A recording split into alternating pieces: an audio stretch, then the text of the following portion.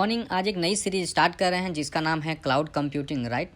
So cloud computing की काफ़ी ही आज कल ऑन डिमांडिंग सीरीज है। काफ़ी सारे लोगों की डिमांड आ रही थी। मैंने काफ़ी सारे प्लेटफॉर्म से चेक किया और काफ़ी जगह देखा भी, लेकिन मुझे ऐसा कहीं भी इस तरह का कंटेंट फील नहीं हुआ कि उन लोगों ने प्रोवाइड कराया है या एक क्वालिटी कंटेंट जो आप लोगों को मिलनी चाहिए। तो मेरी कोशिश यही है कि इस सीरीज़ में मैं आपको ज़्यादा से ज़्यादा चीज़ें बताऊं जो शायद उनमें नहीं कही गई है या नहीं बताई गई है, बड़ी बेसिक लैंग्वेज में। और कोई भी हो, चाहे वो बीसीए का स्टूडेंट हो, बीटेक का स्टूडेंट हो, या वो अंडर ग्रेजुएट हो, पोस्ट ग्रेजुएशन का स्टूडेंट हो, या फिर वो जॉब कर रहा हो, मैं कोशिश करूँगा इस सीरीज़ में इतनी ईजी वे में आपको समझाने की कि आपको कोई भी टॉपिक बड़े आसानी से समझ में आ जाएगी। आखिर इसका मतलब क्या है, राइट। तो आइए स्टार्ट करते हैं। इसमें हमारा चैप्टर 1 है। इसको मैं चैप्टर वाइज बना रहा हूँ ताकि आपको पढ़ने में कोई दिक्कत ना आए, राइट। तो पहले चैप्टर पे चलते हैं। इसमें सबसे पहला चीज़ जो हमारी होगी वो होगी हमारी क्लाउड कंप्यूटिंग कॉन्सेप्ट, राइट। और जो दूसरा चैप्टर हमारा होगा, इसमें दूसरी वीडियो जो बनाऊँगा वो होगा क्लाउड कंप्यूटिंग डिलीवरी मॉडल्स के ऊपर, राइट। तो आज हमारा कंसेप्ट के ऊपर हमारा चैप्टर है। तो सबसे पहले क्लाउड क्या है, ये सवाल हमारे ध्यान में आता है कि आखिर ये क्या है, ये क्या चीज़ है। तो आप कहीं भी कोई भी किताब उठाएं, चाहे वो हिंदुस्तान की किताब हो, चाहे वो इंटरनेशनल राइटर की लिखी हुई किताब हो, जो कि आपको क्लाउड पे कंप्यूटिंग की डेफिनीशन मिलेगी, वो हर जगह यही मिलेगी, राइट। क्योंकि ये डेफिनीशन NIST जो कि national institute of standard and technology जो USA के अंदर है, उनकी डिफ़ाइन की हुई टेक्नोलॉजी है, डेफिनीशन है, सॉरी। सो जो परफेक्ट डेफिनीशन मानी जाती है क्लाउड कंप्यूटिंग के लिए, उनके हवाले से अगर मैं कहूँ कि cloud computing is a model for enabling ubiquitous convenient on demand network access to a shared pool of configurable computing resources. For an example, network servers, storage, applications and services that can be rapidly provision and released with minimal management effort और service provider interaction. मतलब क्या है, इस definition का बड़ा simple सा मतलब है कि क्लाउड कंप्यूटिंग का एक ऐसा मॉडल है जो आपको ये पावर देता है। यूबिक्विटस का मतलब है आपको ये पावर देता है कि वो चीज़ आप कहीं से भी एक्सेस कर सकते हैं। यूबिक्विटस का मतलब होता है एक चीज़, एक ऐसा सिस्टम जो कहीं से भी इस्तेमाल किया जा सके, राइट, हर जगह प्रेजेंट हो। अगर आज की डेट में आपके पास मोबाइल है तो आप मोबाइल पे अपने व्हाट्सएप आपके घर में भी चला रहे हो, ऑफिस लेके जा रहे हो, वहाँ भी चल रहा है। आप कहीं दूसरे शहर में जा रहे हो, वहाँ भी चल रहा है, यानी वो आपके साथ साथ है, वो आपके साथ साथ चल रहा है। कोई मैसेज आ रहा हो तो तुरंत आप उस फ़ोन के ऊपर आपको ये आ जा रहा है, एकदम से रिसीव हो रहा है, इंस्टेंटली रिसीव हो रहा है। क्लाउड कुछ ऐसा ही है। अगर कुछ क्लाउड पे है तो वो हमेशा आपके साथ रहेंगे, राइट। सिर्फ एक ही क्लाउड की कंडीशन है और वह है कि आप इंटरनेट के थ्रू कनेक्टेड हो। इसके अलावा कन्वीनियंट बहुत है, बहुत ही ईजी होता है। व्हाट्सएप को आपको सिंपली इंस्टॉल करना है, फेसबुक को इंस्टॉल करना है, उसके बाद सब कुछ अपने आप, जब भी कोई मैसेज भेजेगा आपको नोटिफिकेशन भी आ जाएगा, अपडेट भी आ जाएगा, मैसेज के साउंड भी आपको मिलेंगे, अब सब कुछ आपको मिलेगा। ऑन डिमांड नेटवर्क एक्सेस है। On demand network access to be shared pool of configurable computing resources में जनरली इंफ्रास्ट्रक्चर हमारा आ जाता है, जिसमें नेटवर्क आता है, नेटवर्क के अंदर राउटर्स आते हैं, स्विचेस, गेटवे और सर्वर्स आ जाते हैं। सो स्टोरेज डिवाइस आ जाते, तरह तरह की डिवाइसेज, जैसे आपका SSD है, हार्ड डिस्क ड्राइव, आपका SSD है, सॉलिड स्टेट ड्राइव, काफ़ी तरीके के स्टोरेज आपके पास आ जाती हैं, एप्लीकेशंस आ जाती हैं, तरह तरह की और सर्विसेज आ जाती हैं। वो किसमें आप कह सकते हैं कि क्लाउड एक ऑन डिमांड नेटवर्क एक्सेस है, यानी जब भी आपको जितने रिसोर्स की ज़रूरत है, आप कहते हो कि जी मुझे क्लाउड से 100 GB स्टोरेज रिक्वायर्ड है, तो आप 100 GB स्टोरेज ले सकते हो। आपको जो चीज़ें जो चार्ज पे करना होगा वो उतना ही पे करना होगा जितनी देर के लिए आप उसे इस्तेमाल कर रहे हो, राइट। सो क्लाउड के लिए ये बड़े बेनिफिट है, ये इसके स्टैंडर्ड डेफिनेशन हैं जो इसे NIST ने दी है।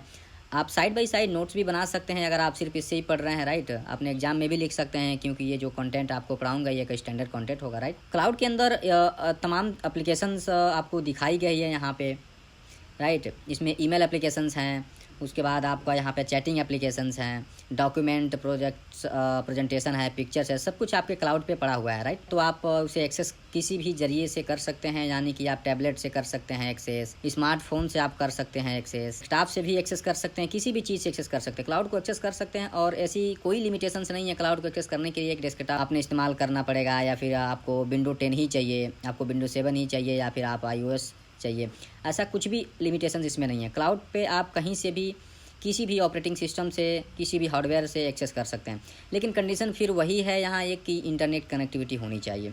इसके अलावा जो आपको ये ताले दिख रहे हैं, आप ताले का मकसद यहाँ पे ये सिक्योरिटी है। कहने का मतलब ये है कि जो डेटा आपको आएगा जाएगा ये एक इनक्रिप्टेड होते हैं, सिक्योरिटी लगी होती है। अगर आप ईमेल चलाना चाहते हैं तो आपको पता है कि एक यूज़र आईडी पासवर्ड होता है, तभी आप अपनी ईमेल को एक्सेस कर पाएंगे, वहाँ तक पहुँच पाएंगे। अगर आपके पास यूज़र आईडी पासवर्ड आपने नहीं लगाया, जो है वहाँ तक नहीं पहुँच सकते, ये आपको आगे नहीं जाने, तो ये ओपन ही नहीं होगा, राइट। तो इसमें इसका मतलब ये है कि क्लाउड में हर चीज़ पर ID पासवर्ड लगा है, ताकि आपका जो डेटा है वो 100% सिक्योर हो जाता है और आपको टेंशन लेने की ज़रूरत नहीं है कि मेरा डेटा हैक हो जाएगा, राइट।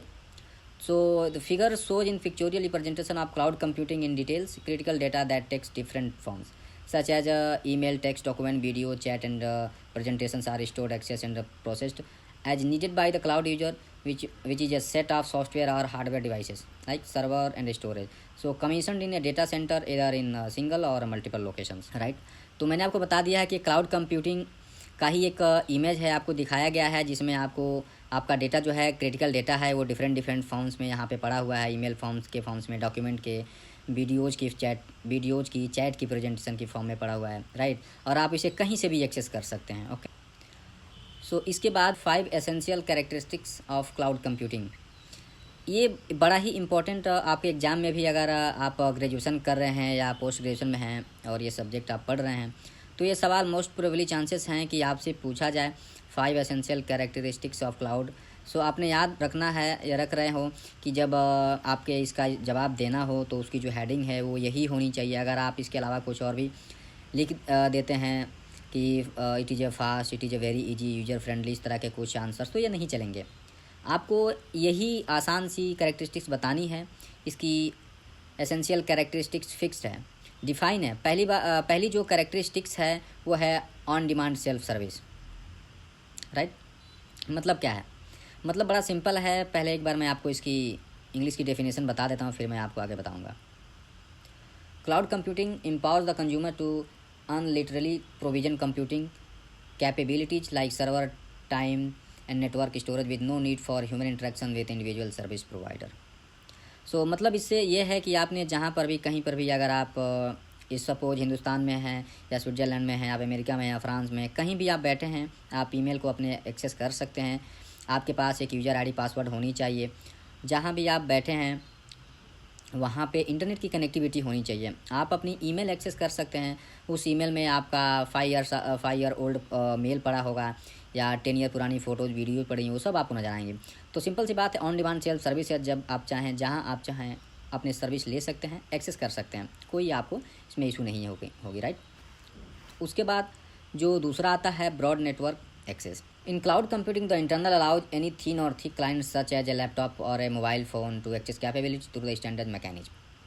तो ये जो क्लाउड कंप्यूटिंग की बात हो रही है, इसमें कहा जा रहा है कि broad network access. Broad network access का मतलब होता है आप अपने क्लाउड को मोबाइल से भी एक्सेस कर सकते हैं, लैपटॉप से भी एक्सेस कर सकते हैं, डेस्कटॉप से भी एक्सेस कर सकते हैं, किसी भी डिवाइस से आप एक्सेस कर सकते हैं। ये कोई ज़रूरी नहीं है कि आप उसे सिर्फ डेस्कटॉप या अपने ऑफिस के सिस्टम से ही एक्सेस करना है। क्लाउड को आप कहीं से भी एक्सेस कर सकते हैं। उसके अलावा जो तीसरा है वो है रिसोर्स पूलिंग।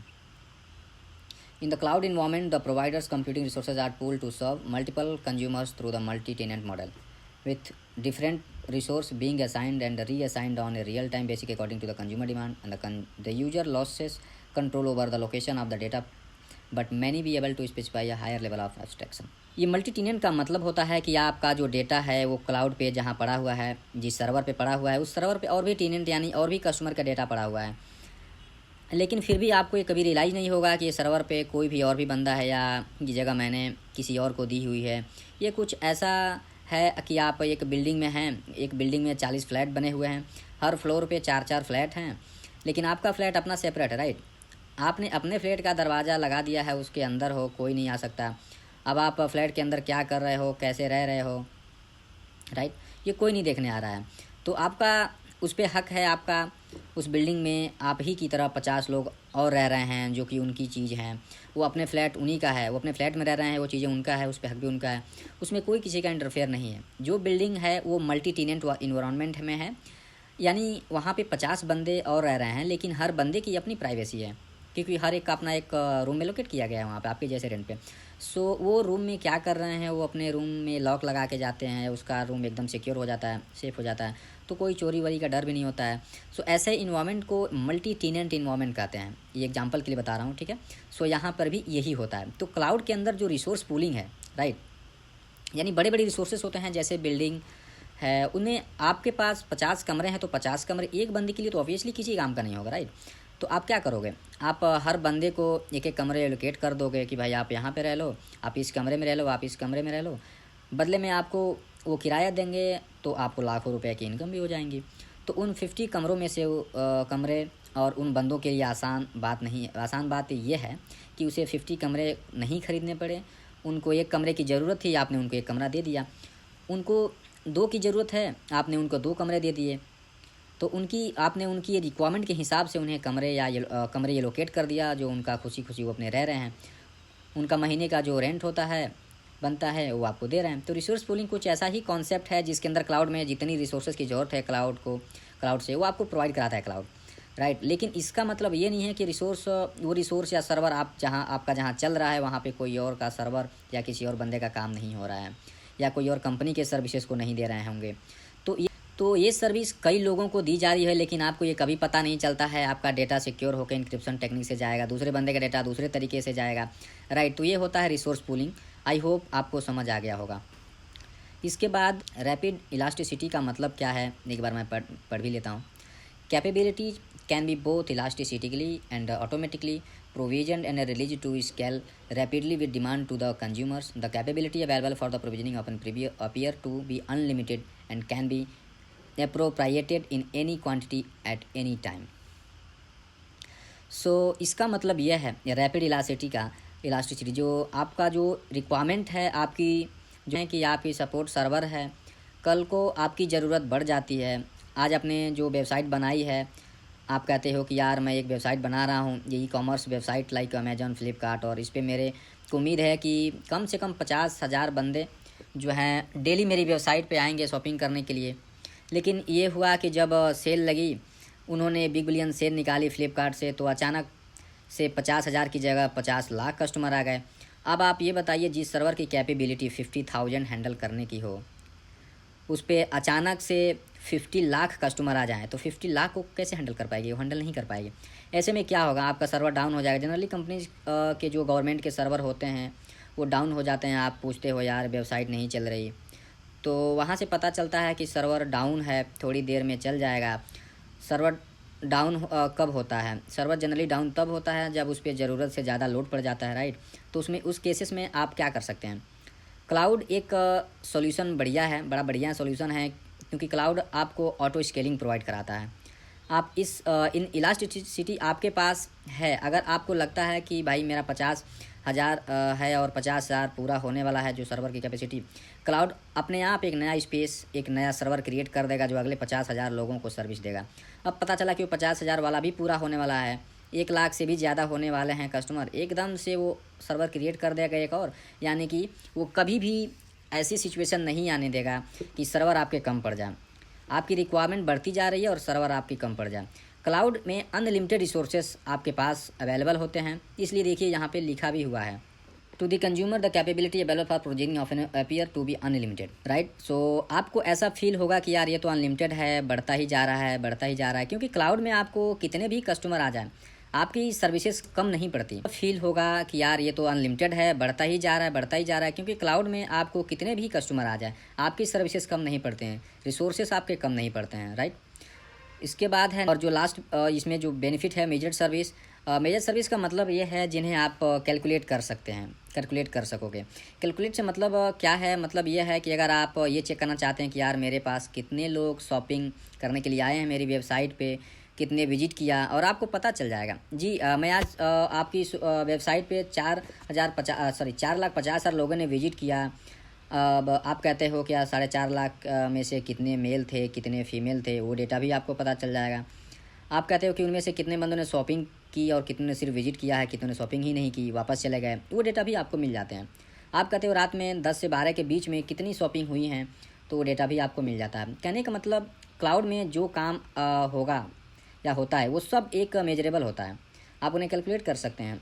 आप उस डेटा को एक्सेस कर सकते हो, उनकी रिपोर्ट बना सकते हो कि आज मुझे कितना मुनाफा हुआ, कितने का लोगों ने विजिट किया, कितने लोगों ने शॉपिंग की, कितने मेल थे, कितने फीमेल थे, कितने इंडिया से थे, कितने नेपाल से थे, और सब कुछ कैलकुलेट कर सकते हो, राइट। तो एक बड़ा अच्छा क्लाउड का बेनिफिट है कि ये मेजर्ड सर्विसेज हैं, सारी चीज़ें आप कैलकुलेट कर सकते हो, राइट। तो ये एक बड़ा ही इंपॉर्टेंट टॉपिक है। तो इसके बाद जो अगला है वो है service model of cloud computing. तो क्लाउड में जनरली इंटरव्यू में ये सवाल बड़ा पूछा जाता है कि tell me the services provided by cloud, tell me the service model of cloud. तो ये आपने 3 चीज़ें याद रखनी हैं, जिनमें से पहला है सॉफ्टवेयर एज ए सर्विस, दूसरा है platform as a service, and तीसरी जो चीज़ें हैं वो है infrastructure as a service, right. So ये 3 इंपॉर्टेंट सर्विस हैं।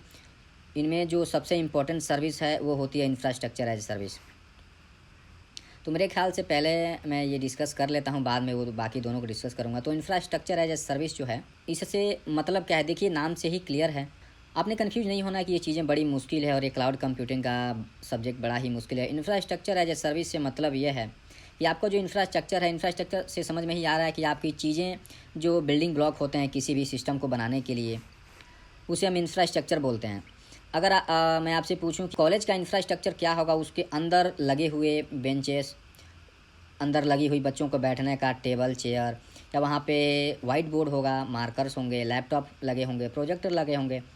तो लेबोरेटरी होगी, वो इंफ्रास्ट्रक्चर लेबोरेटरी भी होगी, क्योंकि जहाँ पे बुक्स मिलती हैं बच्चों को पढ़ने के लिए, वो कॉलेज का इंफ्रास्ट्रक्चर होता है। लेकिन मैं कहता हूँ कि अगर एक इंफ्रास्ट्रक्चर चाहिए मुझे सिनेमा हॉल के लिए, तो सिनेमा हॉल में आपको लेबोरेटरी नहीं मिलेंगी, आपको वहाँ पे बच्चों को बैठने का टेबल चेयर नहीं मिलेंगे, वहाँ पे आपको बढ़िया कुशल वाली चेयर्स नहीं मिलेंगी, सामने बड़ा पर्दा होगा, एक बढ़िया प्रोजेक्टर लगा होगा, बढ़िया डिजिटल साउंड होगी, राइट। तो ये इंफ्रास्ट्रक्चर किसी भी चीज़ का अलग अलग होता है। स्कूल में स्कूल का अलग होता है। अगर मैं अस्पताल की बात करूं तो वहाँ वह मरीजों को लेटने का बेड अलग होता है, वहाँ पे उनकी मरीजों के लेटने की बेड भी होगी, एक वहाँ आप कहें एक आपके टेस्ट करने की डिवाइसेस होंगे, ईसीजी करने की डिवाइस होगी, आपका एक्सरे लेने का मशीन होगा।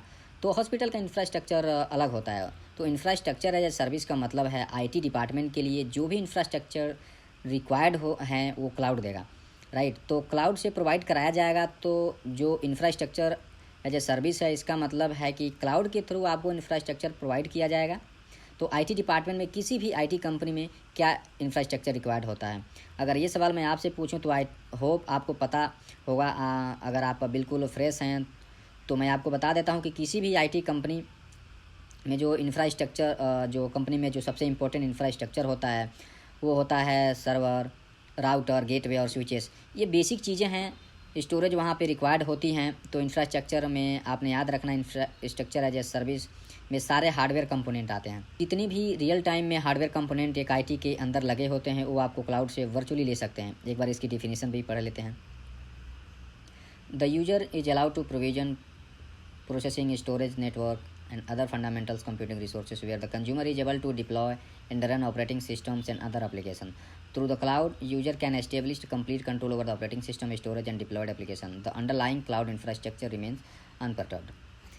तो यहाँ पे राइट सो इनमें कहने का मतलब ये है कि आप प्रोविज़न यानी दे दिए जाएंगे storage, network, devices, fundamentals computing resources यानी service, where the consumer is able to deploy and run operating system and other application. तो आपको ये सर्वर मिल जाएंगे, आपको आप सर्वर पर व्हाट्सएप एप्लीकेशन चलाना चाहते हो आप चलाओ, या आप सर्वर पे फेसबुक चलाना चाहते हो।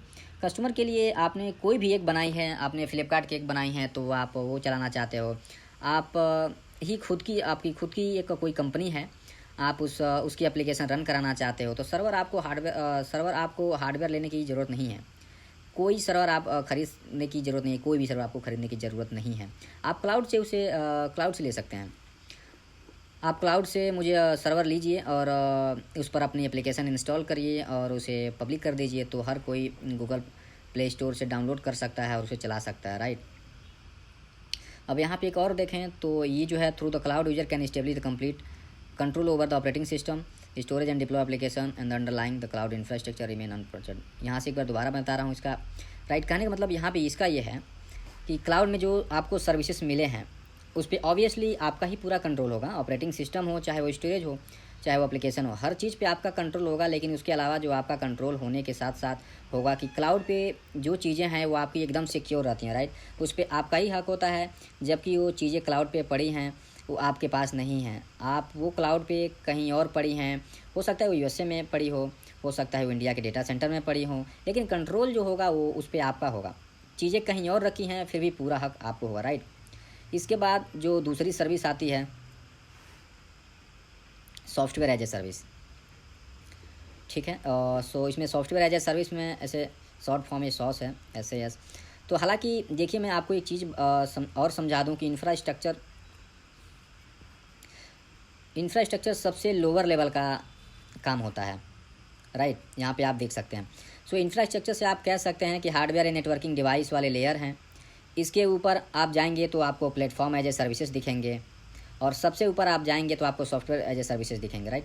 कहने का मतलब यह है कि जो इंफ्रास्ट्रक्चर सबसे लोअर लेवल सर्विस है, और आप ये समझिए कि आपने एक 50 कमरों की एक फ्लैट, एक बिल्डिंग बनाई है, एक अपार्टमेंट बनाए हैं, तो जो बिल्डिंग बनाई है वो इंफ्रास्ट्रक्चर है। उसके बाद उस बिल्डिंग में जो भी रेडी होने के बाद जो वाइट वॉशिंग होनी है, जो वहाँ पे लाइट्स का काम होना है, पानी की सप्लाई होना है, वो प्लेटफॉर्म एज ए सर्विस है। क्योंकि उनके बिना वो फ्लैट बेकार है। कि अगर आप वहाँ पे लाइट की करंट इलेक्ट्रिसिटी नहीं है, अगर वहाँ पे पानी की सप्लाई नहीं है, तो वो बिल्डिंग बेकार है। तो प्लेटफॉर्म एज ए सर्विस में आपकी पानी की सप्लाई, बिजली की सप्लाई, ये सारी सर्विसेज आ जाती हैं, सारी चीज़ें जो हैं आ जाती हैं, राइट। तो एक बार वो सारी चीज़ें रेडी हो जाती हैं तो फिर आप सॉफ्टवेयर एज ए सर्विस यानी आप वहाँ पे आकर रह सकते हैं। तो सब कुछ इस तरीके की कहानी है। यानी इंफ्रास्ट्रक्चर सबसे पहले डिप्लॉय किया जाएगा, उसके बाद प्लेटफॉर्म उस पर डिप्लॉय किया जाएगा, प्लेटफॉर्म एज ए सर्विस, उसके बाद सॉफ्टवेयर एज ए सर्विस। अगर आप क्लाउड से सिर्फ IaaS इंफ्रास्ट्रक्चर एज सर्विस लेते हैं, इसकी शॉर्ट फॉर्म है, तो अगर आप क्लाउड पे सिर्फ ये सर्विस लेते हो तो कोई ज़रूरत नहीं है कि आपको बाकी दोनों लेनी चाहिए। आप क्लाउड से सर्वर अपना बनाइए, क्लाउड से ले लीजिए, और उस पर सर्वर पे एप्लीकेशन प्लेटफॉर्म आप खुद ही से इंस्टॉल कर सकते हैं। लेकिन अगर आप क्लाउड से पास लेवल की सर्विस लेते हैं, राइट, या पास लेवल की सर्विस ली है, तो by default infrastructure as a service cloud से आपने लिया है।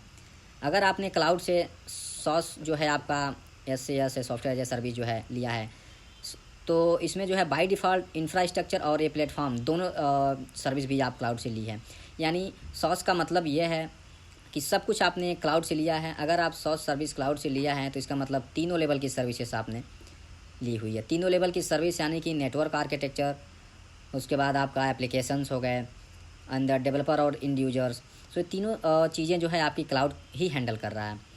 ये बात आई होप आपको समझ आ गई होगी, राइट। और दूसरी सर्विस जो हमारी है सॉफ्टवेयर एज ए सर्विस, हालांकि ये टॉप लेवल की सर्विस है, तो पहले प्लेटफॉर्म आती है, right.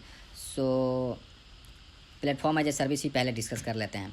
Pass assist developers who write custom applications by provisioning the hardware, operating system, database and middleware. In the PaaS model, user do not have any control over the cloud infrastructure, just like a SaaS model. However, they have the ability to monitor and manage the applications that they have developed and the respective configuration setting for application hosting environment, right. So मतलब ये है platform as a service का मतलब है service. अगर आपको समझ में नहीं आ रही है क्या होता है, तो आप कुछ ऐसा समझिए कि आप एक नया लैपटॉप लेके आए, वो इंफ्रास्ट्रक्चर एज ए सर्विस है। उस लैपटॉप पे आपने जो ऑपरेटिंग सिस्टम यानी कि विंडो इंस्टॉल किया है वो प्लेटफॉर्म एज ए सर्विस है, और जो विंडो इंस्टॉल करने के बाद आपने उसमें जो VLC प्लेयर्स या फिर आप कहें जो विंडो ऑफिस डाला है वो आपका सॉफ्टवेयर एज ए सर्विस है, राइट। तो ये आप ऐसे समझ सकते हैं। तो प्लेटफॉर्म ज़रूरी है। एंड डेवलपर्स के लिए कोई भी प्लेटफॉर्म या उनकी फ़ाइल जो डेवलप करने के लिए, जैसे कि आपने अगर जावा की फ़ाइल को जावा कोड रन कराना है या जावा की एप्लीकेशन डेवलप करनी है, तो आपको वहाँ पे जावा प्लेटफॉर्म ही होगा, जावा प्लेटफॉर्म ही चाहिए होगा, राइट।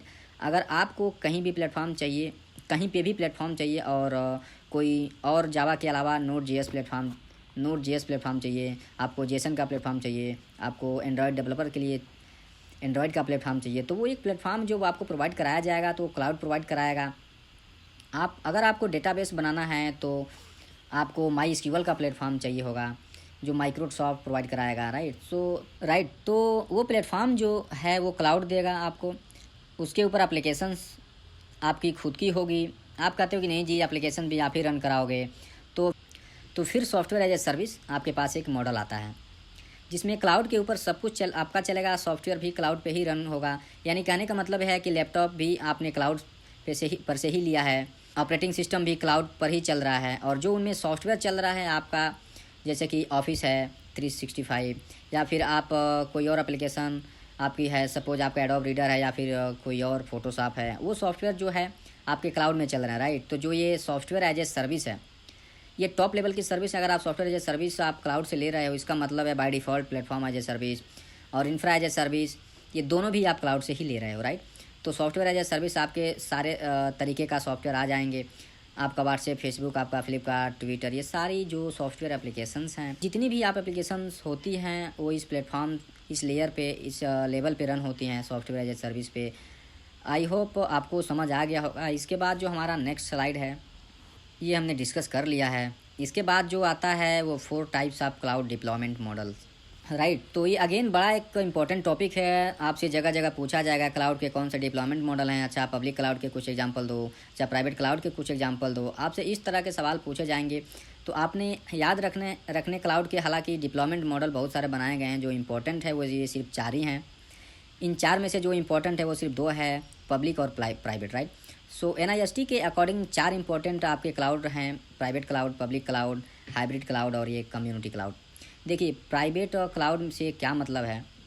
प्राइवेट क्लाउड से मतलब ये है कि मेरा जो है, अगर मैं अपने लैपटॉप का एग्जांपल दूं, मेरे लैपटॉप में जो डेटा है वो सिर्फ मैं एक्सेस कर सकता हूं। अगर मेरा दोस्तों को बोलूं कि यार मेरा लैपटॉप मेरे घर पे पड़ा है, एक काम करो, तुम बैठे यहाँ से बैठे बैठे एक काम करो कि मेरी वहाँ से जो लैपटॉप है फाइल पड़ी है, उसमें पड़ी है, हम डाउनलोड कर दो हमें, तो वो कैसे कर पाएगा। आपका लैपटॉप आपके घर पे शट डाउन रखा हुआ है, तो दूसरा बंदा दूसरे जगह से कैसे कर पाएगा। आप खुद भी अपने लैपटॉप के एक्सेस नहीं कर सकते, जबकि आपके पास, आपके हाथों में लैपटॉप नहीं है, या आप अपने घर पे नहीं है, क्योंकि लैपटॉप जो है वो अपने घर पे है, रखा हुआ है आपके। तो प्राइवेट क्लाउड एक ऐसा क्लाउड है जो मेरी कंपनी के लिए होता है, मैं अपनी कंपनी के लिए डिज़ाइन करता हूँ, एक ऑर्गेनाइजेशन के लिए डिज़ाइन करता हूँ, और उसको एक्सेस भी सिर्फ मेरी ऑर्गेनाइजेशन के लोग या वहीं से किया जा सकता है, और मेरा ऑर्गेनाइजेशन के लोग ही उसको एक्सेस करेंगे, राइट। तो प्राइवेट क्लाउड जो है, ये कोई, आप ये समझिए कि प्राइवेट क्लाउड का कोई बहुत ज़्यादा बेनिफिट नहीं है। अगर आप पैसे के पॉइंट ऑफ व्यू से देखें, तो बिकॉज क्लाउड पे हम क्यों गए थे, क्योंकि हमें इंफ्रास्ट्रक्चर की ज़रूरत ना पड़े। क्लाउड पे हम इसलिए गए ताकि हम नहीं चाहते कि हमें सर्वर ख़रीदना पड़े, हमें राउटर ख़रीदने पड़े, हमें गेटवे ख़रीदने पड़े। हम चाहते हैं कि सारी चीज़ें क्लाउड पर चल जाए। बट जब आप प्राइवेट क्लाउड की बात करते हैं, तो वहाँ पे आपके पास खुद का सर्वर भी होता है, खुद का राउटर होते हैं, खुद के गेटवे होते हैं, और आपको अपने वर्चुअलाइज करके उसको क्लाउड पे लाए हैं होते हैं। आपका मतलब ये है कि हार्डवेयर भी होता है, और वो हार्डवेयर को आप क्लाउड बना के क्लाउड पे ही लेके आ जाते हो, लेकिन सिर्फ अपने काम के लिए, अपने पर्सनल यूज के लिए।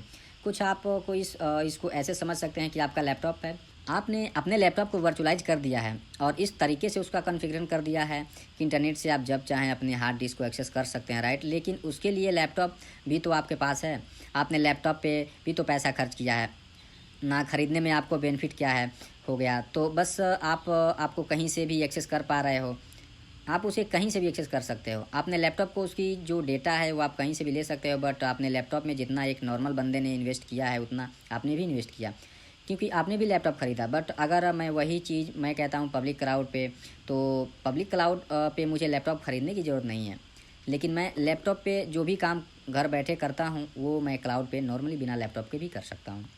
किसी भी सिस्टम से मुझे अपना पर्सनल लैपटॉप लेने की ज़रूरत नहीं है, राइट। सो मतलब किसी भी सिस्टम से हम उसे एक्सेस कर सकते हैं, ये कुछ ऐसा है। तो प्राइवेट क्लाउड जो है के बारे में बड़ी सारी कहानियाँ कही जाती हैं। ये कहा जाता है कि क्या इसके बेनिफिट हैं। देखिए, अगर आप मेरे से पूछे प्राइवेट क्लाउड का बेनिफिट क्या है, तो बेनिफिट ये है कि ये सिक्योर होता है। सबसे ज़्यादा सिक्योरिटी इन चारों मॉडल में से रीज़न ये है कि आपकी कंपनी का पूरा कंट्रोल होगा, आपकी कंपनी के अंदर ही आपका डेटा सेव होगा।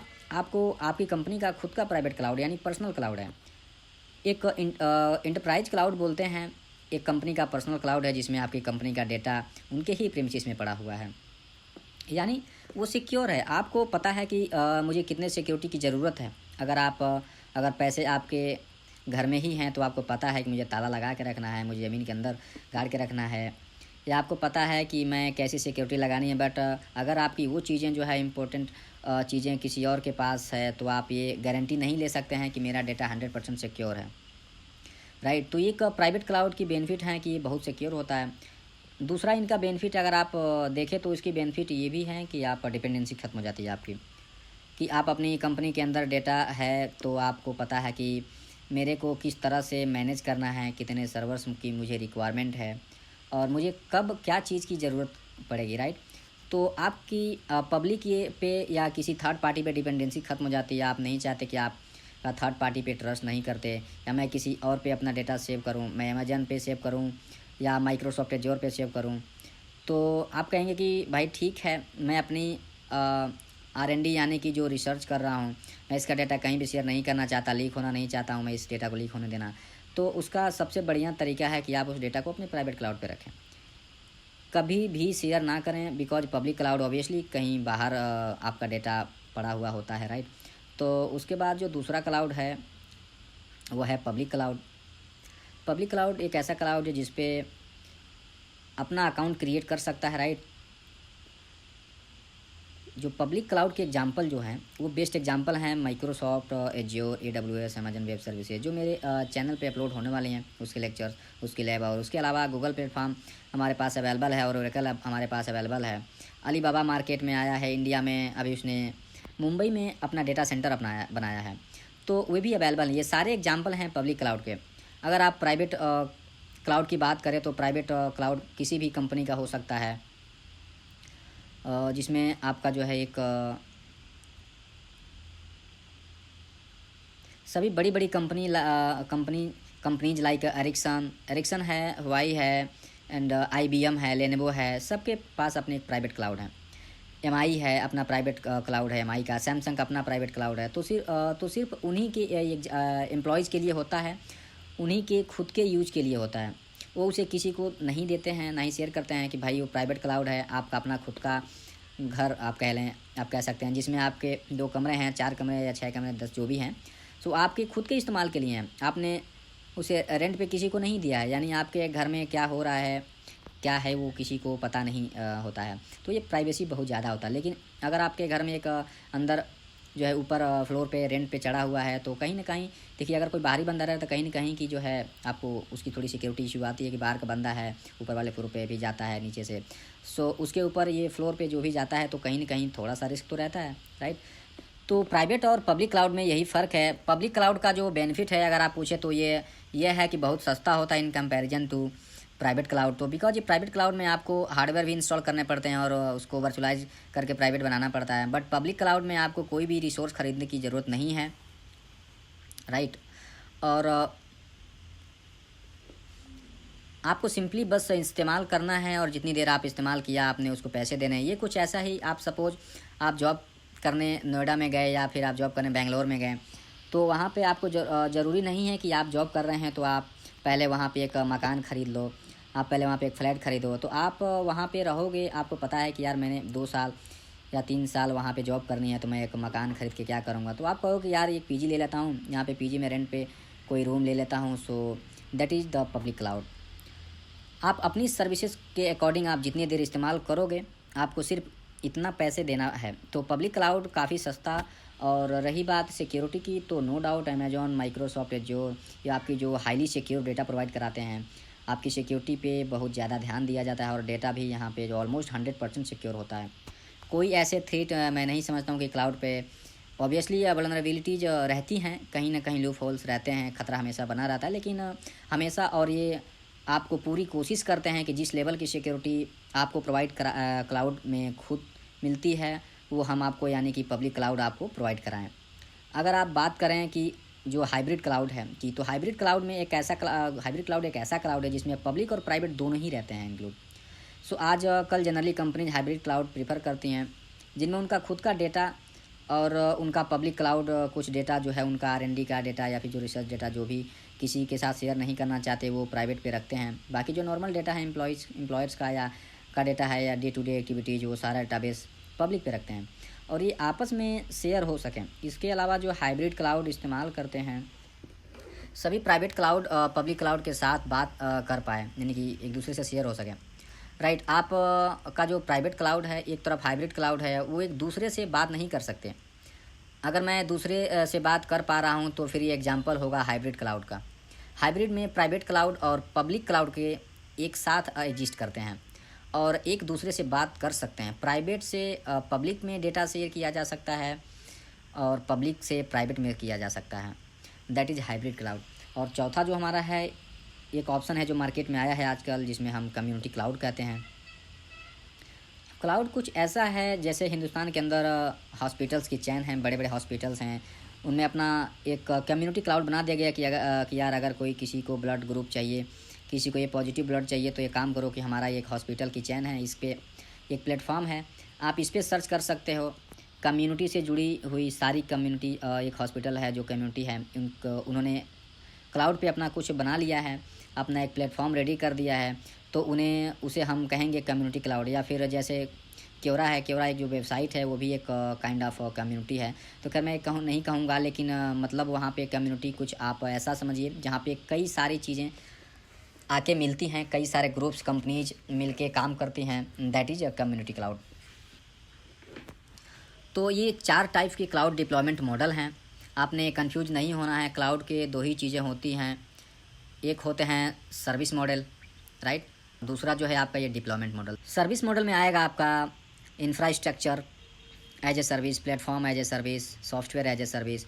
देखिए यहाँ पे ये दिखाई गई जो इंफ्रास्ट्रक्चर है as a service and IaaS IaaS, IaaS, PaaS and SaaS बोलते हैं जो इनकी शॉर्ट फॉर्म है। तो आपने 3 सर्विसेज हैं, infrastructure as a service, platform as a service and software as a service. और अगर आप बात करें डिप्लॉयमेंट मॉडल्स की, तो ये आपके जो है 4 डिप्लॉयमेंट मॉडल हैं। आई होप आपको ये समझ आ गया होगा कि जो इसके सर्विस मॉडल हैं 3 और ये 4 डिप्लॉयमेंट मॉडल हैं। अब इसके बाद जो हमारा नेक्स्ट है वो ये है क्लाउड की हिस्ट्री है जो। सो पहले एक बार मैं इसको पढ़ लेता हूँ। One of the most intriguing questions asked about cloud computing is when and where was the first premise of cloud computing witnessed, and the below section explained the growth of cloud computing over the last 50 years. So इसमें जो है 1950 से 1960 के बीच में जो time sharing concept जो है market में आया था, राइट। उसके बाद 1960 से 70 के बीच में अमेरिका ने ARPANET बनाया था, जो उन्होंने अपनी डिफेंस के लिए बनाया था, राइट। यहाँ पे आप देख सकते हैं 60 के 70 के बीच जो ARPANET है उन्हें अपने डिफेंस के लिए बनाया था। तो ये माना जाता है कि दुनिया का सबसे पहला जो इंटरनेट था वो ARPANET ही था, राइट। तो दुनिया में जो पहला इंटरनेट टाइप टेक्निक आई थी इधर से उधर डेटा को भेजने की, हालांकि बड़े छोटे लेवल पे थी, लेकिन ये ARPANET ही थी।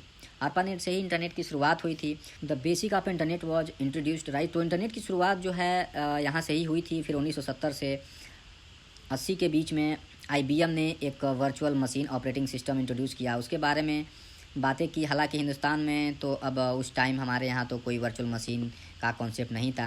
हालांकि अभी भी ये बड़े हमारे यहाँ पे बच्चों को वर्चुअल मशीन के कॉन्सेप्ट क्लियर नहीं है। और अगर हम इस डेटा पे नज़र डालें तो 1970 से 1980 के बीच में वर्चुअल मशीन का कॉन्सेप्ट आ गया था, राइट। तो दुनिया बहुत ही पहले से ही एडवांस है और हम लोग कभी इन चीज़ों को अभी जाके पढ़ रहे हैं। तो ये सब बहुत ही बड़ी इंपॉर्टेंट चीज़ें हैं, तो हमें ये पढ़नी चाहिए। ज़्यादा से ज़्यादा मैं कोशिश करूँगा। हमें क्या चीज़ें पता होनी चाहिए, क्या चीज़ें हमें ज़्यादा जो हमारी अंडरस्टैंडिंग होनी चाहिए किस टॉपिक पे, राइट। सो इसके बाद जो है 1980 से 1990 के बीच में अभी जो है, इसको मैं एक बार पढ़ लेता हूँ। The time period between 1980 and 1990 witness the emergence of internet service providers and application service provider which broke the realm of desktop and single user servers to deliver hosted application services. उसके बाद जो यहाँ 1980 से जो 90 के बीच में internet ISP यानी कि इंटरनेट सर्विस प्रोवाइडर मार्केट में आया, एप्लीकेशन सर्विस प्रोवाइडर मार्केट में आया, ऑपरेटिंग सिस्टम आ चुका था विंडोज़ का, और एक शुरुआत हो गई थी कंप्यूटर की। उसके बाद 2000 तक जो है इंटरनेट का काफ़ी पॉपुलर हो गया था जो इंटरनेट है 2000 तक।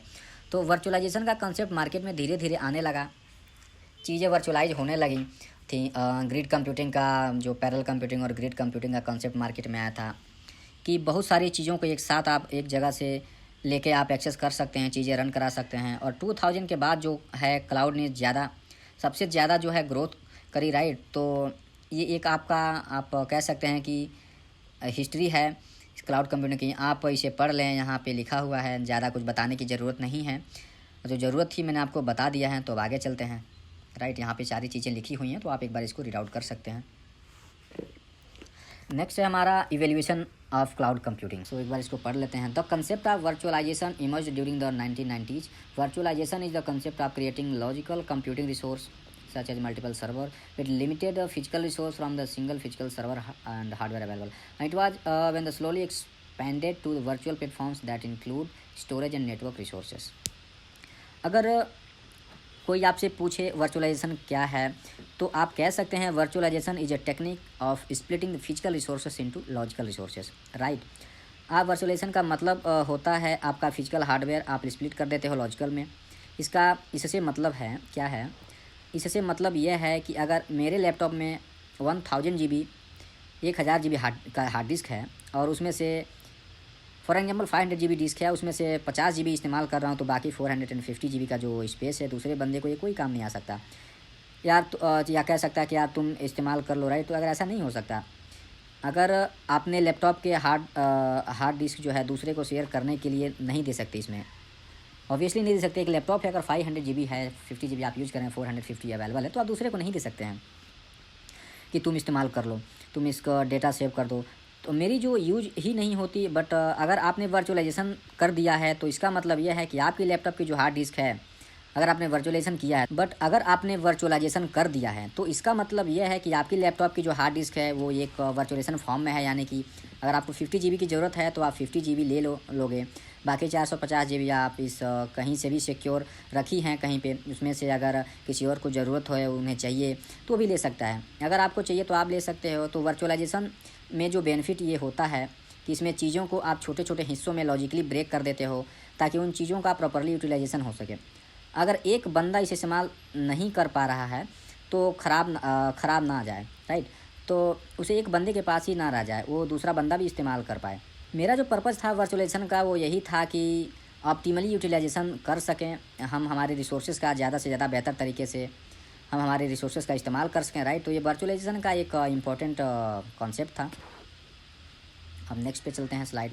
सो इसके बाद है हमारा क्लाउड कंप्यूटिंग की बात करें तो प्राइवेट क्लाउड हम लोग ऑलरेडी डिस्कस कर चुके हैं।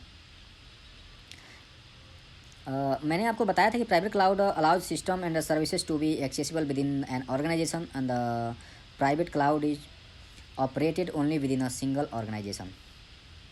राइट, तो यहाँ पे ये बड़ा इम्पोर्टेंट विद इन ऑर्गेनाइजेशन यानी कंपनी के अंदर ही प्राइवेट क्लाउड इस्तेमाल हो सकता है।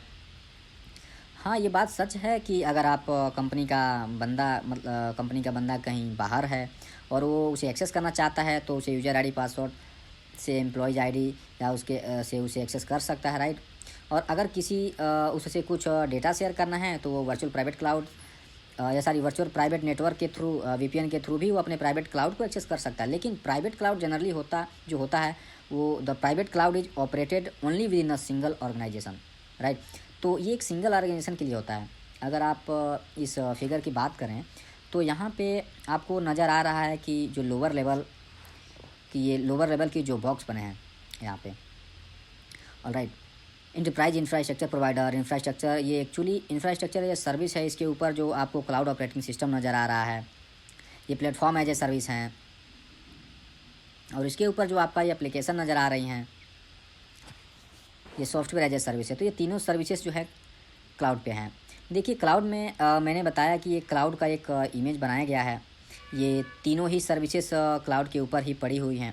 आपको ये समझ में आना चाहिए कि ये क्लाउड पे तीनों सर्विसेज सबसे नीचे जो लेवल का है इंफ्रास्ट्रक्चर होता है, उसके ऊपर जो है प्लेटफॉर्म होता है, उसके ऊपर सॉफ्टवेयर एज ए सर्विस होता है। तो प्राइवेट क्लाउड में तीनों चीज़ें आप खुद ही हैंडल कर सकते हैं। पब्लिक क्लाउड के थ्रू आप कुछ भी हैंडल नहीं करवाते। राइट,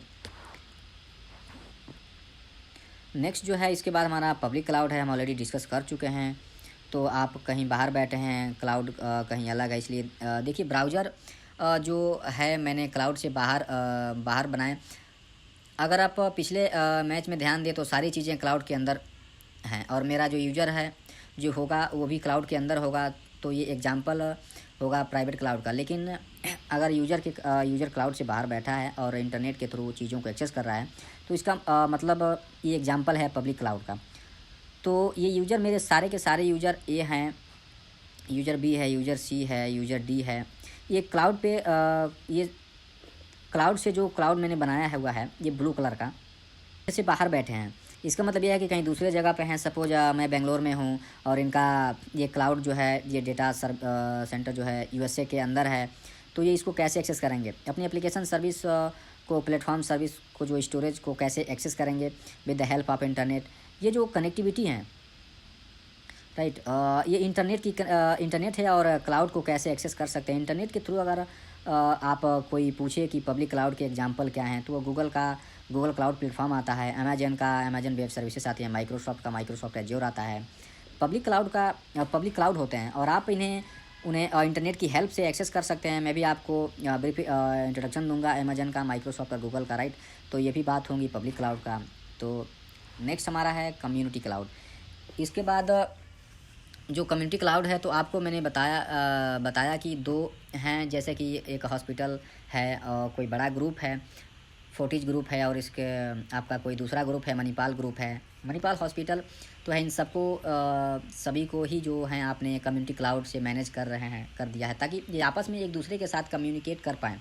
अगर आपको ब्लड ग्रुप की ज़रूरत है, ये पॉजिटिव ब्लड ग्रुप इनको चाहिए, उनके पास पड़ा हुआ है, तो इनके ग्रुप में किसी भी हॉस्पिटल में ये जो है इस रीचेक कर सकते हैं या रिक्वेस्ट कर सकते हैं कि इस क्लाउड पर डाल सकते हैं और ये उनको एक्सेस कर सकते हैं। तो या फिर ये जो छोटी सी मैंने रिक्वेस्ट की बात की हुई है, एप्लीकेशन लेवल पे अगर आप कोई सर्वर आपने बना दिए हैं और यहाँ पे एक ऐसे सर्वर है जो ये अकेला इस्तेमाल नहीं कर सकता, तो ये कहेगा यार आप भी इस्तेमाल कर लो, हम दोनों का काम लगभग सेम है, मैं भी वही काम करता हूँ और आप जो करते हो तो हमारे सॉफ्टवेयर में लगभग सेम हमारा पेमेंट गेटवे है और सेम जो है काम करते हैं। तो हम एक कम्युनिटी क्लाउड बना लेते हैं, ताकि तुम्हें जितनी ज़रूरत होगी तुम इस्तेमाल कर सको और मुझे जितनी ज़रूरत होगी मैं इस्तेमाल कर सकूँ। हम मिलके आधे थे इसका पैसे भी चुका देंगे, राइट। तो उसे आप जो है कहोगे कम्युनिटी क्लाउड, राइट।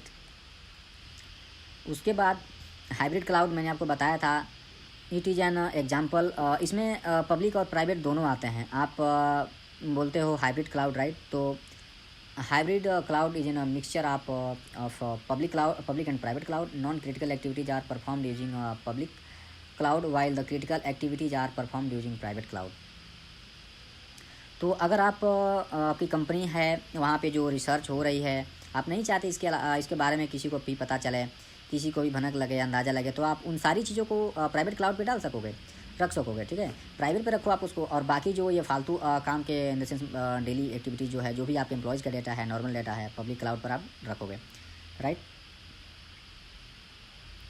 तो इस एग्जांपल को बोलेंगे हाइब्रिड क्लाउड। तो हाइब्रिड की डेफिनेशन क्या हो जाएगी? It is a mixture of public and private cloud, right.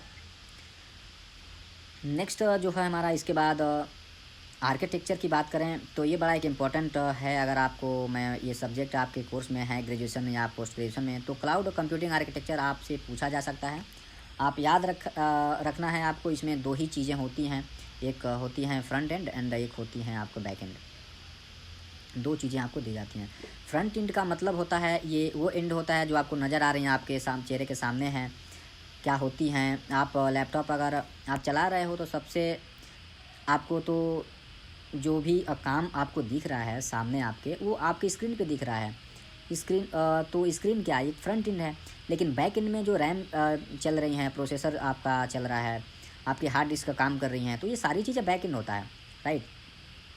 क्योंकि वो आपको नज़र नहीं आ रही हैं, काम करती हैं फ्रंट एंड पे आपकी सिर्फ स्क्रीन नज़र आ रही हैं।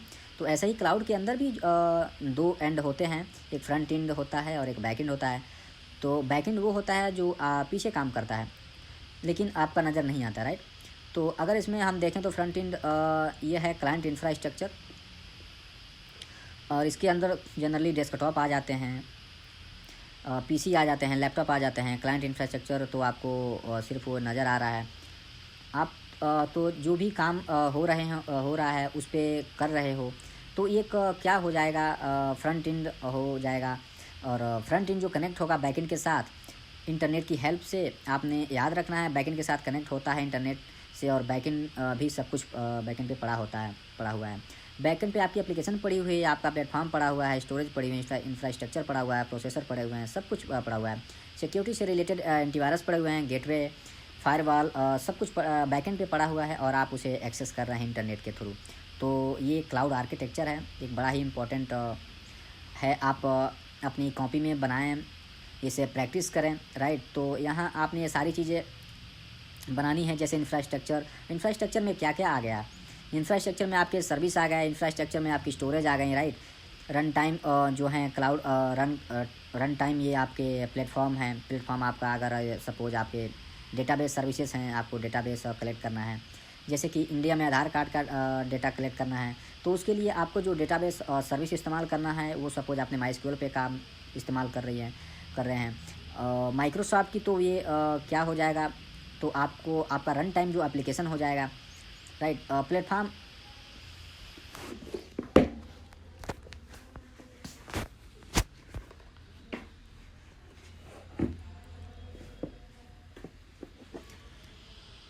आपका प्लेटफॉर्म है, एंड प्लेटफॉर्म आपका, अगर सपोज आपके डेटाबेस सर्विस हैं, आपको डेटाबेस कलेक्ट करना है, जैसे कि इंडिया में आधार कार्ड का डेटा कलेक्ट करना है, तो उसके लिए आपने जो डेटाबेस इस्तेमाल कर रहे हैं, सपोज जो माइस्क्यूएल इस्तेमाल कर रहे हैं माइक्रोसॉफ्ट की, तो ये क्या हो जाएगा, ये आपका रन टाइम एप्लीकेशन हो जाएगा, प्लेटफॉर्म हो जाएगा। ये फिर एप्लीकेशन जो होंगी टॉप लेवल में पे, वो भी आपका यहाँ से नज़र आएंगी, राइट। क्लाउड रन टाइम आपका जो प्लेटफॉर्म हो जाएगा, जो माइस्क्यूएल है उसके ऊपर आप डेटाबेस आप रन करा रहे हो, आपकी एप्लीकेशन रन हो जाएंगी और उसको आप जो है एक्सेस करोगे। वो इंटरनेट से करोगे तो सिर्फ ये दिखेगा आपको कि ये सब कुछ नहीं दिखेगा, ना ही आपके प्रीमिसेस में होगा, ये कहीं और पड़ा हुआ होगा। तो हो सकता है कि बैक एंड यूएस में पड़ा हुआ हो और फ्रंट एंड इंडिया में पड़ा हुआ हो, तो आप इसे इंटरनेट की हेल्प से चला रहे हो और ऐसा ही होता भी है।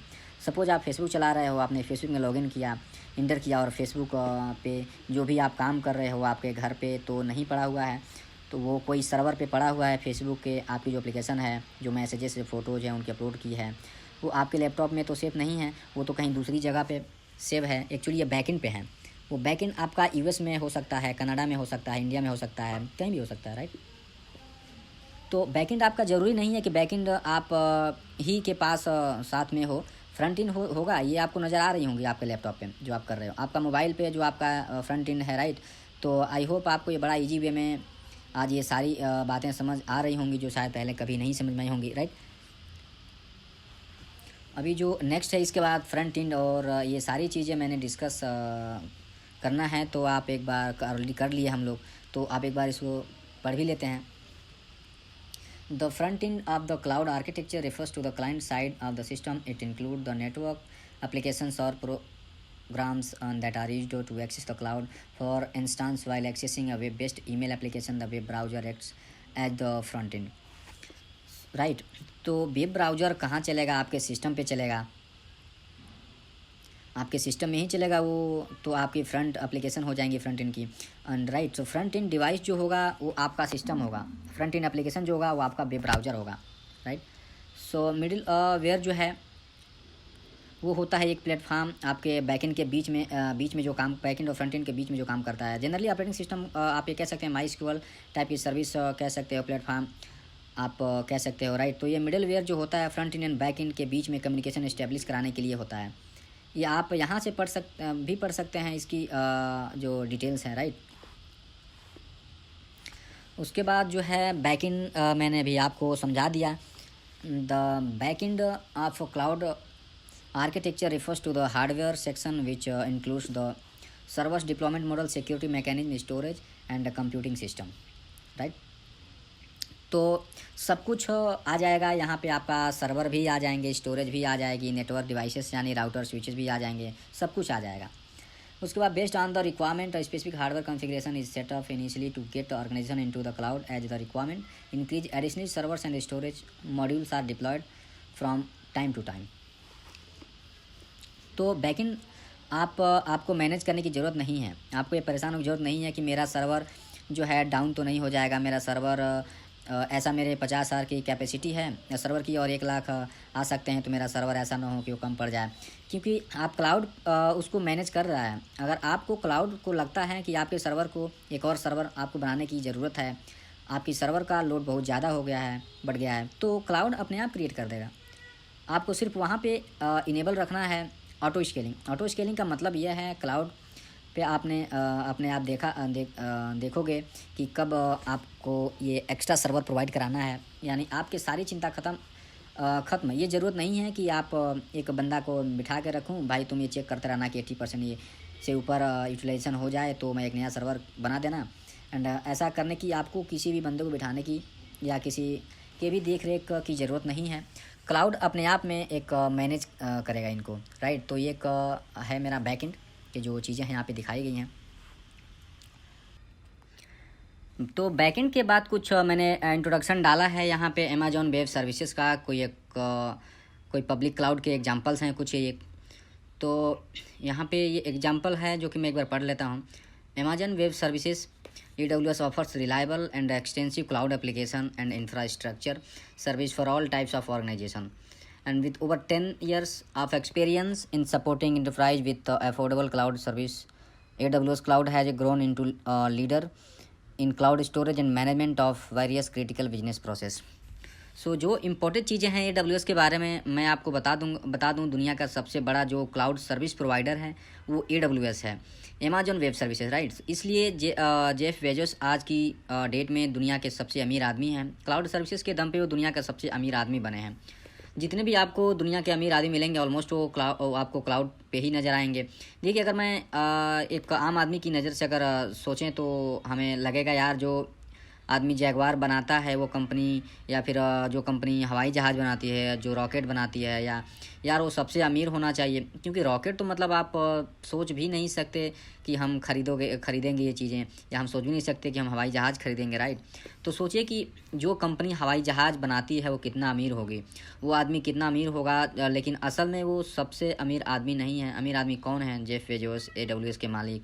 और AWS क्या काम करती है? क्लाउड सर्विस प्रोवाइड कराती है। माइक्रोसॉफ्ट क्या काम करती है? माइक्रोसॉफ्ट क्लाउड सर्विस प्रोवाइड कराती है। आपको समझना पड़ेगा कि दुनिया के सबसे अमीर हैं वही हैं जो क्लाउड पे सर्विस दे रहे हैं, यानी क्लाउड आपको दुनिया का सबसे अमीर आदमी बना सकता है, राइट। सो AWS सर्विस का अगर आप चला रहे हैं, क्लाउड सर्विस अगर आप चला रहे हो तो दुनिया का सबसे अमीर आदमी बन सकते हो। अली बाबा, जिसकी को फाउंडर या फाउंडर आप कहें, जैक मा है, चाइना के सबसे रिचेस्ट पर्सन है। उन्होंने जब एक बार इंटरव्यू में दिया था तो उसमें उन्होंने बताया था कि भैया मैं वो आदमी था जो एक KFC में वेटर की नौकरी के लिए गया था और 25 लोग वहाँ आए थे और 24 सेलेक्ट हो गए थे और मैं अकेला बंदा जो रिजेक्ट हुआ था। तो वेटर की नौकरी के लिए उस आदमी ने रिजेक्ट हुआ था और वो जो है आज चाइना का सबसे अमीर आदमी है, राइट। तो वो आदमी क्या काम करता है? उसका अपना क्लाउड है, अली बाबा क्लाउड के नाम से, राइट। तो क्लाउड आपको सबसे अमीर आदमी बना सकता है। क्लाउड पे वो चीज़ें हैं जो वो ताकत है क्लाउड पे जो आपको समझना पड़ेगा, डिटेल में समझना पड़ेगा इसके बारे में। एक बार आप यह सीरीज़ पूरी कर लेते हो तो मैंने AWS की पूरी सीरीज़ अपने चैनल पे अपलोड करने वाला हूँ, आप लोग ज़रूर देखें और अपने दोस्तों के साथ भी शेयर करें, क्योंकि मार्केट में ये बहुत ही डिमांडिंग है। यूजुअली आप अगर आप जानते हो तो इसमें मैक्सिमम जो है 10 से 20 लाख के पैकेज बड़े आसानी से मिल जाते हैं। अगर कोई AWS क्लाउड जानता है, उस पर काम करना जानता है। इंडिया में बेहद डिमांडिंग है इसकी इंडिया के अलावा भी हर कंट्री में ऑलमोस्ट ये बहुत डिमांड है। मैं आपको कहूँगा और रिकमेंड भी करूँगा कि आप ये ज़रूर पढ़ें। मैंने EG पे में सारी बातें एक्सप्लेन किया है और कर रहा हूँ। आपको कहीं भी ऐसा फील नहीं होगा कि यार ये चीज़ें स्किप हो गई है, इन्होंने डायरेक्टली ये स्टेप को बता दिया, पुराना स्टेप नहीं बताया। तो आपको कंफ्यूज नहीं होना। आपको मेरे किसी भी सब्जेक्ट के जो भी मेरे चैनल पे वीडियो पड़े हैं, आप मेरी प्लेलिस्ट को फॉलो करिए। प्लेलिस्ट पेज पे सीक्वेंस में वीडियो पड़े हैं लेक्चर वाइज, आपको उसी सीक्वेंस में उनको देखना है, ओके। तो AWS के बारे में कहा जाता है, AWS is a pioneer in the cloud computing race and has manage to retain its top position through the years, right. तो ये टॉप पोजीशन पे है मार्केट के अंदर। एंड नेक्स्ट है आपका ये recent price cuts have allowed more startup as well as government agencies towards the AWS cloud. तो क्लाउड में अभी काफ़ी अपने प्राइसेस को डाउन किया हैं। अब ये पहले पर मिनट के हिसाब से चार्ज करते थे, अब ये पर सेकंड के हिसाब से चार्ज करते हैं। काफ़ी सस्ता पड़ने लगा है। इन्हें 10 रुपये या 20 रुपये का खर्च आपके होते हैं 1 घंटे के, जो तो जो अब बहुत बड़ी कोई रकम नहीं है। आपने अगर कोई सर्वर बनाना है, बना भी ली है, तो 10 से 20 रुपये में आप ईजिली इस सर्वर को रेडी कर सकते हैं, और 2 से 10 घंटे के लिए ये बड़ी अच्छी चीज़ है। तो पहले क्या होता था, सर्वर, अब पहले आप सर्वर लगाओगे तो 5 से 10 लाख का सर्वर ख़रीदोगे आप, उसके बाद उस पर एक एप्लीकेशन रन कराओगे, बड़ा महंगा एक खर्चा था उसमें, बहुत उसमें। लेकिन क्लाउड जब भी से आया है, क्लाउड पे वही चीज़ें बहुत ही मतलब कम खर्च में और सेकंडों में आप कर सकते हो, राइट। तो इसके अलावा है एक ये टॉपिक हमारा, Amazon offers 3 type of computing instance on demand, reserved and spot, all 3 options come with different pricing structure. तो ये सब आप AWS की मेरी एक अपकमिंग सीरीज में आप देखेंगे आप, और हमें ज़्यादा डिटेल में भी जाने की ज़रूरत नहीं है आपका। तो नेक्स्ट है हमारा ब्रीफ अबाउट माइक्रोसॉफ्ट एज्योर। सो यहाँ पे जो है, इसके अलावा जो दूसरा इंपॉर्टेंट मार्केट का लीडर है वो माइक्रोसॉफ्ट एज्योर है। हालांकि इसकी एंट्री देर में हुई, 2006 में मार्केट में आ गया था। तो ऑफिशियली एज्योर जो आया है वो लेट आया है, बट ये एज्योर ऑलमोस्ट 2010 में आ गया है, राइट। तो एज्योर मार्केट में लेट आया, लेकिन माइक्रोसॉफ्ट के पास जो बेनिफिट हैं वह है कि दुनिया में सबसे ज़्यादा ऑपरेटिंग सिस्टम इसी का चलाया जाता है, विंडोज़ ऑपरेटिंग सिस्टम जो है। इसलिए ऐसे ऐसे एज्योर के पास और एक अच्छा बाय डिफ़ॉल्ट एडवांटेज है, जो लोग ज़्यादा इस पर ज़्यादा कंफर्टेबल फील करते हैं, राइट, क्योंकि उनके पास माइक्रोसॉफ्ट का जो विंडोज़ ऑपरेटिंग सिस्टम जो ज़्यादातर यूज होता है ऑल ओवर वर्ल्ड में। तो एक बार इसकी डेफिनेशन देख लेते हैं। The enterprise grade cloud computing platform from Microsoft is called Azure, and it supports a wide selection of tools, language frameworks, database, and devices statistics, and reveal that 57% of the Fortune 500 companies from various industry sector entrust their data and application with Azure. The easy to implement and low cost hybrid cloud solution offered by Microsoft Azure is a good fit for organization of all type of sizes, right। तो ये एक alarming situation है AWS के लिए, इसलिए उसमें अपने price को डाउन किया है, क्योंकि अब कंपनी को लगता है, जो फॉर्च्यून 500 कंपनी हैं उनमें 50 से 57% कंपनी को ऐसा लगता है कि एज्योर पे जाना ज़्यादा बेनिफिशियल होगा इन comparison to AWS।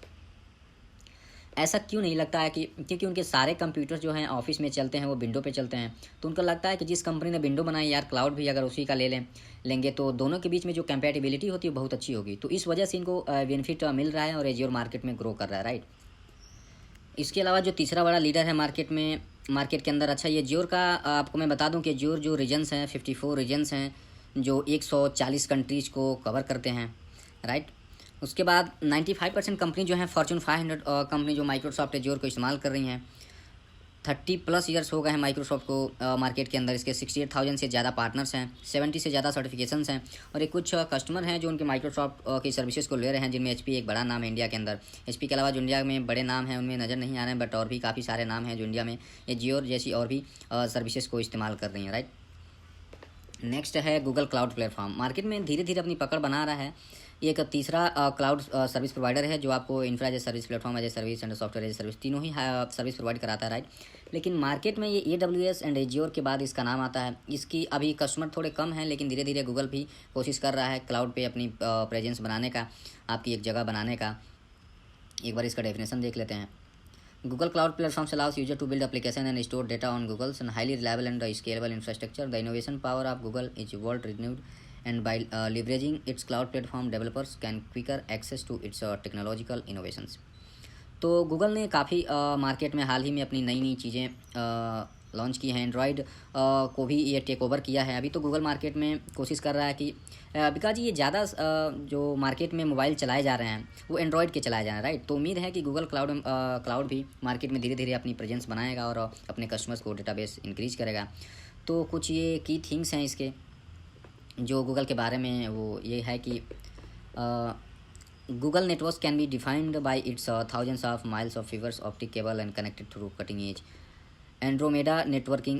The consistency of speed of such as a network is unparalleled. उसके बाद आपका है data is 100% secure through the backup storage across multiple locations, right. और द नेक्स्ट आपका ये है the per minute billing system allow users to handle traffic and the spikes with almost cost effective solutions. तो वो हालांकि आपका AWS में भी और एज्योर में भी है, सभी में पर मिनट बिलिंग सिस्टम, पर सेकंड बिलिंग सिस्टम जो है, आप जितने सेकंड तक सर्वर इस्तेमाल करोगे उतना सिर्फ उतने ही सेकंड का आपको पैसा देना है, राइट। उसके बाद नीचे है आपका the fact that Google cloud platform works on the same infrastructure as a service support the mammoth task of Google itself is indeed the greatest advantage. Users can be assured of high availability. High availability का एक अच्छी चीज़ ये है कि इसके बारे में बड़ी डिटेल में हमें पढ़ना है। AWS के सर्टिफिकेशन में अभी अवेलेबिलिटी की बात होगी कि चीज़ें मैक्सिमम अवेलेबल रहेगा, सर्वर कभी डाउन ना हो और पूरे साल में मेरा सर्वर डाउन ना हो। तो इसके लिए गूगल के पास क्या है, गूगल की जो चीज़ें अपने सर्वर पे के लिए इस्तेमाल जो कर रहा है, खुद अपने लिए इस्तेमाल कर रहा है, वही सारी चीज़ें, वही सारे सर्वर उसने कस्टमर को भी इस्तेमाल करने के लिए दिए हुए हैं, राइट। इसलिए जिस लेवल की सर्विस उसे खुद मिल रही है उसी लेवल की सर्विस अपने कस्टमर को भी देना चाहता है, राइट। तो गूगल भी मार्केट में धीरे धीरे अपनी प्रेजेंस बना रहा है और उसके सर्टिफिकेशन होती हैं गूगल क्लाउड प्लेटफॉर्म के नाम से, GCP के नाम से। आपको इसके लेक्चर भी मिल जाएगी और सर्टिफिकेशन भी मिल जाएगी। इस सर्टिफिकेशन की डिटेल या इसकी क्लाउड की डिटेल जो है सभी मिल जाते हैं, राइट। तो नेक्स्ट आता है हमारा, इसके अलावा जो मार्केट में कुछ छोटे और आप कह सकते हैं कि क्लाउड प्रोवाइडर हैं, उनमें IBM का एक नाम है, ओरेकल एक नाम है। इसकी डिटेल में मैं नहीं जा रहा, बट आप इसे सर्च कर लेना। मेरा वीडियो जो है पॉज करके आप एक बार देख सकते हैं, राइट। जो कि IBM और ये ओरेकल का चीज़ें हैं, ये भी एक क्लाउड प्रोवाइडर हैं अपने आप में। नेक्स्ट है जो हमारा, उसके बाद मेरिट क्या है। मेरिट्स क्लाउड कंप्यूटिंग में देखिए जो कुछ मेरिट्स हैं या बेनिफिट्स हैं, कुछ फ़ायदे हैं, कुछ फ़ायदा क्या है इसका। फ़ायदा ये है पहला कि mobilising the work force, right. तो सबसे बढ़िया जो है फ़ायदा ये हो गया है कि इसने मेरी वर्क फोर्स को मोबिलाइज कर दिया है। यानी अब उन्हें ये ज़रूरत नहीं है कि भाई मुझे ऑफिस में बैठ के काम करना है, वो अपने घर भी जा सकते हैं, वो कहीं से और से भी कर सकते हैं कहीं से। अगर ये चीज़ें मेरी क्लाउड पे पड़ी हैं तो काम भी कहीं से भी हो सकता है। इसलिए आजकल कंपनी जो है वर्क फ्रॉम होम दे रही हैं, क्योंकि उनको ये डेटा को क्लाउड पर भी पड़ा हुआ है। आप चाहे ऑफिस में बैठ के काम करो या घर पे बैठ के काम करो, राइट। तो मोबिलाइजिंग जो है एक मोबिलाइजिंग वर्क फोर्स जो है आपको एक फ्रीडम मिल गई है कि आप कहीं से भी काम कर सकते हैं और नेटवर्क के साथ कनेक्टेड रह सकते हैं। उसके बाद जो है आपका कॉस्ट कंट्रोल आ जाता है। तो बहुत ज़्यादा हो गया है, आप बहुत सारे पैसे आपके बहुत जाते हैं। आप सर्वर में इन्वेस्ट करने के लिए कंपनी को में आपको अगर सर्वर लगाने या डेटा सेंटर बनाना हो तो आपको पहले एक बहुत बड़ी जगह अभी बड़ी रेट पे लेनी पड़ेगी। उसके अमाउंट भी आजकल ज़्यादा हो गया, आपको पता है सारी चीज़ों का। तो सारा ये पैसा आपका बच जाता है। क्लाउड के लिए जो फेमस लाइन कही जाती है वो है पे एज यू गो मॉडल, यानी जितना आपने इस्तेमाल किया उतना आपको पे करना पड़ेगा, राइट। उसके बाद आ जाती है हमारी प्रोडक्टिविटी बढ़ जाती है। प्रोडक्टिविटी क्यों बढ़ जाती है कि पहले जो काम था मेरा सर्वर में को ध्यान रखना पड़ता था, उस पावर सप्लाई देने की या उनको मॉनिटरिंग करने में खर्च होता था। अब वो काम जो है अब वो जो है सिर्फ कम खर्च पे ही होगा, बिकॉज सर्वर तो आप ऑफिस में नहीं रखे हैं, ऑफिस में तो रखे नहीं हैं। तो क्लाउड में अपने आप रखे हुए हैं वो सारी चीज़ें, क्लाउड मैनेज कर रहा है उसको ऑटोमेटिक। तो सर्वर आपको हैंडल करने की ज़रूरत नहीं है, उसकी सिक्योरिटी की आपको टेंशन भी लेने की ज़रूरत नहीं है इन सब चीज़ों की। तो डेफिनेटली आपको प्रोडक्टिविटी इसलिए बढ़ जाती है। जब आप बाकी की टेंशन कम हो जाती है आपकी, तो डेफिनेटली आपकी जो है चीज़ें प्रोडक्टिविटी बढ़ जाएंगी, राइट। तो ये एक बेनिफिट है। उसके बाद आ जाता है आपका reduce impact on the environment. तो जितने इनमें इन्वायरमेंट का इम्पैक्ट ये कम हो जाता है कि आप अगर हर कंपनी का अपना डेटा सेंटर हो तो ऑब्वियसली ज़्यादा इलेक्ट्रिसिटी रिक्वायरमेंट होगी, ज़्यादा कूलिंग की रिक्वायरमेंट होगी, ज़्यादा कंडीशन आपको लगाने पड़ेंगे और कुछ मिलाकर वो हमारे रिक्वायरमेंट के लिए अच्छा नहीं है, इन्वायरमेंट के लिए। तो क्लाउड पे अगर चीज़ें पड़ी हुई हैं तो आप उसे शेयर कर सकते हैं, कहीं ना कहीं वो इन्वायरमेंट के लिए अच्छी चीज़ें हैं। नेक्स्ट है बेटर एजिलिटी। बेटर एजिलिटी का मतलब यह है कि आपके जो रिसोर्सेज हैं, जो आपको सॉफ्टवेयर हैं जो क्लास पे चल रहे हैं, वो अपडेट मिलेंगे, आपके सिक्योर मिलेंगे 100%, और कोई भी ख़तरा आपको नहीं मिलेगा। और दूसरी बात यह है आप उन्हें कहीं से भी एक्सपेंड कर सकते हैं, उन्हें कभी भी एक्सपेंड कर सकते हैं और आपको कोई भी अप फ्रंट इन्वेस्टमेंट नहीं करना पड़ेगा। अप फ्रंट इन्वेस्टमेंट का मतलब है कि आपको पहले से कोई लागत नहीं होगी लगानी पड़ेगी। आपको काम शुरू करने के लिए 10, 20 या 50 लाख रुपए की ज़रूरत नहीं है, राइट। तो आप जितना इस्तेमाल करोगे उसके बाद आपको उतने पैसे देने होंगे। ये सारी चीज़ें हमारी जो है इस चैप्टर में है। तो अभी नेक्स्ट जो आ जाता है, ये कुछ एप्लीकेशंस हैं जो हाँ मैंने इस पर डिस्कस किया है। एप्लीकेशन में सब कुछ आ जाता है, आपकी वेबसाइट आ जाती है, CRM आ सकता है, ERP आ सकता है, बिग डेटा एनालिसिस आ सकता है, IoT आ सकता है, डिजास्टर रिकवरी आ जाता है, स्टोरेज बैकअप, सारी चीज़ें जो क्लाउड पे आ जाती हैं। तो जो चीज़ें आप सोच सकते हैं, social networking website like Facebook, Twitter, ये सारी चीज़ें भी एक एग्जांपल हैं क्लाउड का, कि क्लाउड पे ही चलती हैं, राइट। तो आई होप ये चैप्टर आपको समझ आ गया होगा। इसके बाद नेक्स्ट लेक्चर भी मैं बहुत जल्द बनाऊंगा और उसको अपलोड करके अवेलेबल करा दूंगा। अगर आपकी चीज़ें अच्छी लग रही हों, तो आप स्टूडेंट हैं तो प्लीज़ अपने दोस्तों के साथ इसे शेयर करना ना भूलें, बिकॉज हो सकता है कि किसी और की ये ज़्यादा काम आए। तो मेरा मकसद है कि आप लोगों को फ्री में पढ़ाना, फ्री में इन चीज़ों को प्रोवाइड कराना। तो मैं चाहूँगा कि आप भी सेल्फिश ना बने, ज़्यादा से ज़्यादा लोगों के इस तक पहुँचाएँ, लोगों तक, और कुछ अच्छे काम को करें। नॉलेज हमेशा हमें देनी चाहिए। व्हाट्सएप पे हम बड़े प्रैंक वीडियो और ये सब वीडियो शेयर करते हैं। कुछ पढ़ाई की भी चीज़ें शेयर करिए, ताकि आपको भी लगे हाँ कुछ अच्छा कर रहा हूँ, राइट। तो आप इसे ज़रूर शेयर करें और मुझे बताइए कि ये सीरीज़ आपको कैसे लग रही है, ताकि आपको पसंद आ रही है कि नहीं आ रही है। उसके बाद यहाँ पे कुछ समरी हैं जो आप पे पॉज करके पढ़ सकते हैं। मैंने एंड में समरी भी डाली है ताकि आप खुद से पढ़ पाएँ, राइट। तो थैंक यू सो मच।